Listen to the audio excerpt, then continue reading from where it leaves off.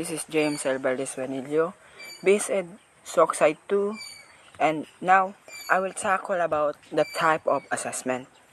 So, let's go to learning objectives.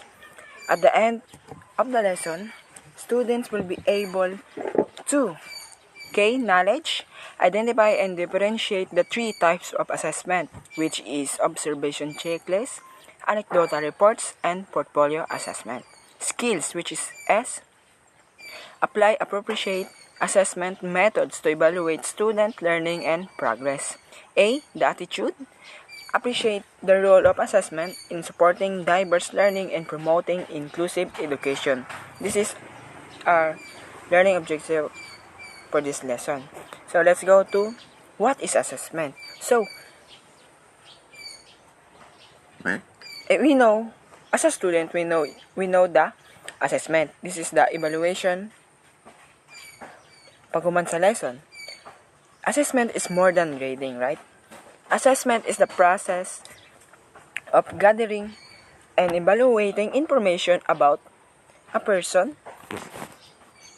knowledge, skills, or abilities. It helps to measure progress, identify strengths and weaknesses, and inform future learning or development. Diri nimo makita kung ang usa ka estudyante, makita nimo ang iyang strengths and ang iyang weaknesses. Kung naminaw ba siya sa imong lesson or wala.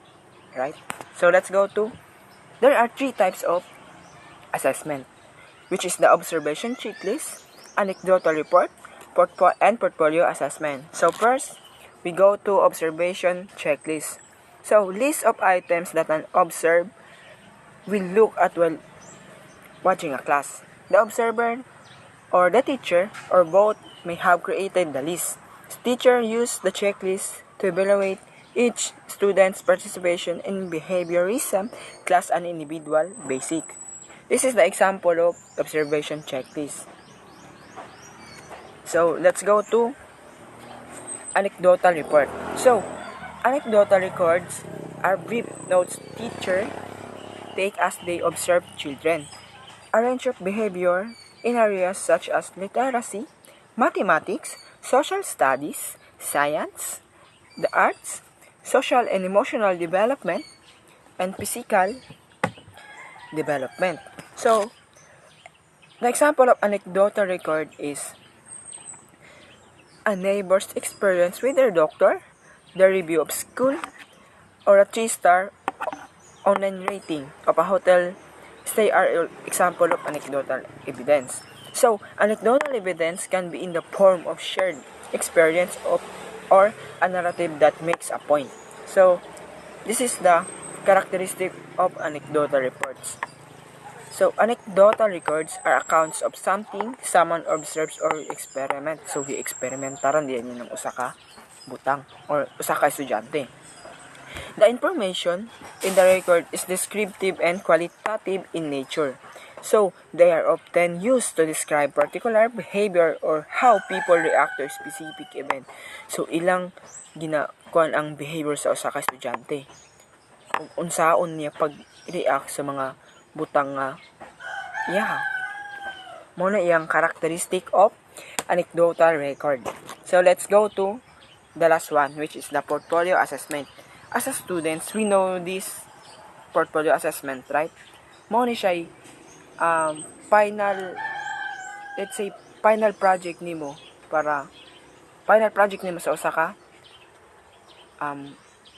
usa ka grading mga nga na ba. So a portfolio assessment is a collection of students work. For example, you're a grade 12 student, nag-immersion ka, so mupasa kang portfolio assessment about sa imuhang immersionan. So, this collection of works often gathered over a long period of time to reflect what you have been taught as well as what you have learned. The best example of this is katong sa immersion portfolio sa mga grade 12 students. Ilang mag-isulod sa ilang portfolio kung unsa ilang nahimo or unsa ilang trabaho sa ilang immersion. So, there are three types of purposes of a portfolio. So, growth portfolios, to show growth or change over time, to help develop process skills such as self-evaluation and goal settings, na dapat og muhimo kag portfolio, syempre dapat naa kay role, right? To identify strengths and weaknesses. So, dapat makabalo po ka sa imuhang weaknesses and the strengths na dili perti ko diring dapita, hinay ko diring dapita. To track the development of one or more products performance. And yes, para matrack nimo ang imuhang weaknesses and strengths, para mas mo development pa ba, right? So let's go to showcase portfolio. So A, to showcase end of year semester accomplishment. So monig mga projects sa mga junior, let's say mga grade 10, ilahang mga accomplishment ba kada year or ilahang mga semester, pwede po kanay college. B, to prepare a sample of best work employment of college admission, right? To showcase students' perception of favorite, best or most important work, right? Ug sa grade 12 ba, ang ilang portfolio nga most important talaga is katong immersion. And to communicate a student's current attitude to future teachers. So number 3, the evaluation portfolios. A, to document achievement for grading purposes. B, to document progress toward standards. And C, to prepare students appropriately. So mao na pinaka evaluation sa ilahang portfolios. So this is my resources. Blah blah blah blah blah blah. Then thank you for your attention, and I hope you learned something about my report. I know that this is pre-recorded, but I can't explain briefly because we're running out of time, and masunod radud ko sa 6 minimum or 8 maximum time. So I hope you learned something, Jude, and thank you.